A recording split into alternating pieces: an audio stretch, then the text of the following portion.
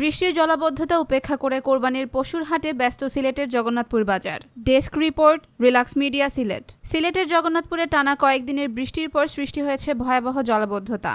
রাস্তাঘাটে জমে গেছে হাঁটু সমান পানি, অনেক স্থানে কর্দমাক্ত অবস্থা। এতে করে জনজীবন হয়ে পড়েছে দুর্বিষহ। কিন্তু এই প্রতিকূলতার মাঝেও থেমে নেই ঈদুল আজহার প্রস্তুতি।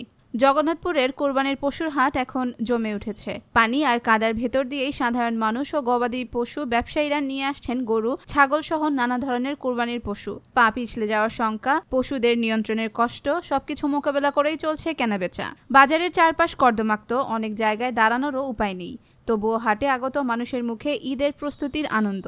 কোরবানির হাট মানেই বাঙালির সংস্কৃতি, ঈদের অনুষঙ্গ, আর সেটা জলাবদ্ধতাও থামাতে পারছে না। স্থানীয়রা বলছেন, প্রশাসনের পক্ষ থেকে একটু নজর দিলে হাটে আরও ভালোভাবে ব্যবসা করা যেত। তবুও ঈদের ত্যাগের মহিমায় কেউ দমে যাওয়ার পাত্র নন। প্রাকৃতিক দুর্যোগ থাকুক কিংবা কষ্টের পাহাড়, ঈদ মানে প্রস্তুতি, কোরবানি মানে ত্যাগ। আর সেই ত্যাগের প্রতীক হয়ে উঠেছে জগন্নাথপুরের গ্রামে গ্রামে কাদামাখা পশুর হাট।